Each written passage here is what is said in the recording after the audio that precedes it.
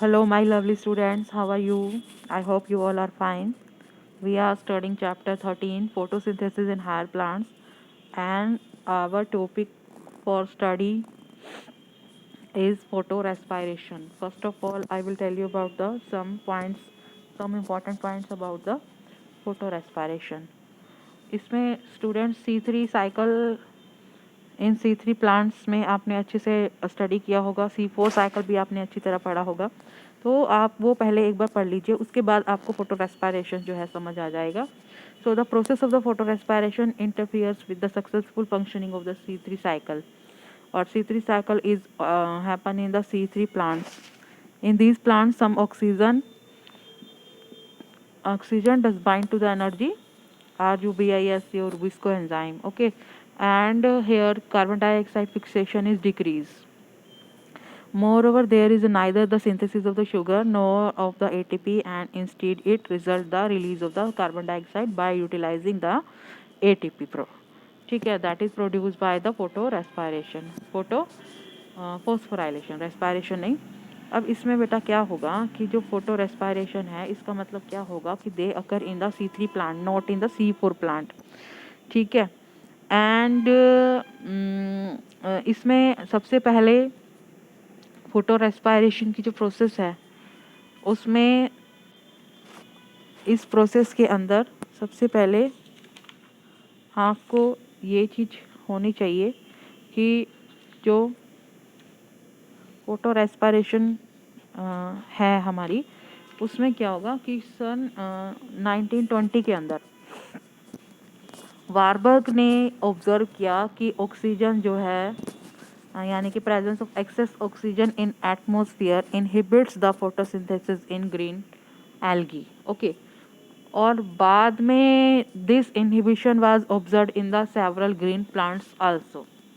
Thus, inhibition of the photosynthesis by high oxygen level was termed by the Warburg effect. ये हर classes में आप पढ़ेंगे Warburg effect का मतलब. However, the inhibition was observed mostly in the C3 plants. Okay, so the plants जो C4 plants हैं, they were hardly affected by the oxygen concentration. जब dipper होगी ऑक्सीजन की कंसनट्रेशन, तो कहीं ना कहीं इफेक्ट पड़ेगा. So extensively studies were then carried out to explain the Warburg effect, and this study lead to the discovery of the photorespiration. तो इस तरह से photorespiration जो है वो हमें पता चला. The process of the photorespiration was first demonstrated in the tobacco plant. सबसे पहले तंबाकू का जो प्लांट है उसमें हुई थी, और इसने किसने बताया था? डेकर और TO.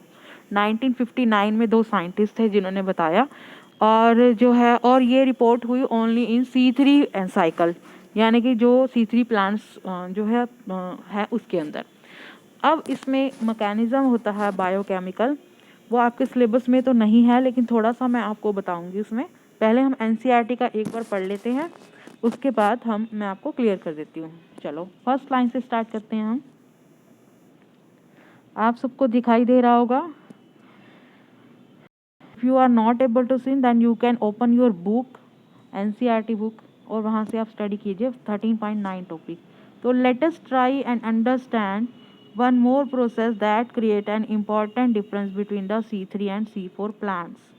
To understand the photorespiration, we have to know a little bit more about the first step of the Calvin cycle.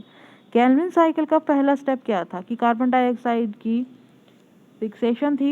This is the correct where RUBP combined with the carbon dioxide in the presence of Rubisco enzyme, और उसने क्या बना था?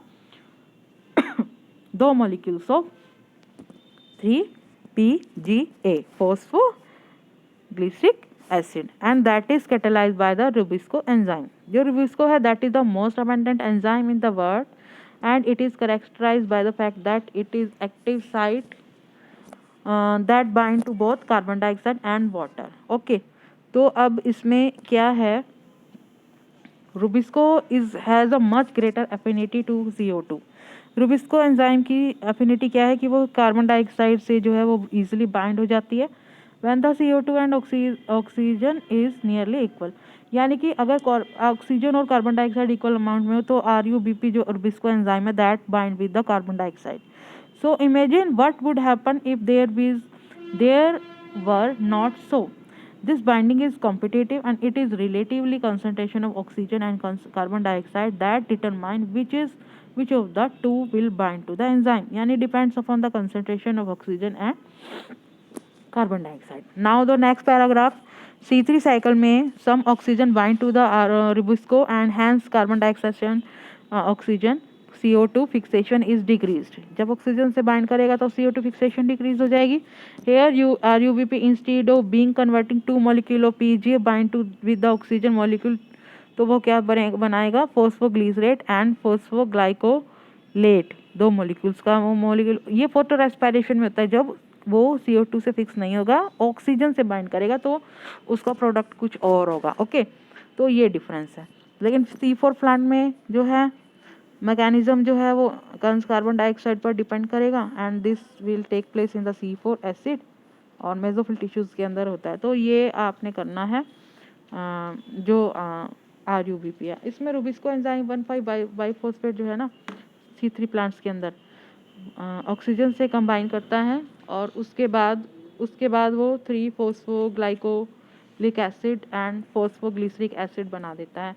और उसके बाद जो फॉस्फोग्लाइकोलिक acid है वो वाटर के साथ मिलकर ग्लाइकोलिक एसिड बना देता है. और ग्लाइकोलिक एसिड जो है ग्लाइकोऑक्सैलिक एसिड, और ये फिर बाद में ग्लाइसिन और फिर सेरिन वगैरह बनते हैं और फिर उसके बाद दोबारा जो है इस साइकिल के अंदर एंटर कर जाता है. तो ये आपका जो है फोटो रेस्पिरेशन की प्रोसेस होती है. ये डिफरेंस हमें बताएगा कि C3 और C4 प्लांट में कितना डिफरेंस है इस फोटो रेस्पिरेशन में. ये इतना ज़्यादा इंपॉर्टेंट टॉपिक नहीं है लेकिन फिर भी आप इसको एक बार स्टडी कर लेना.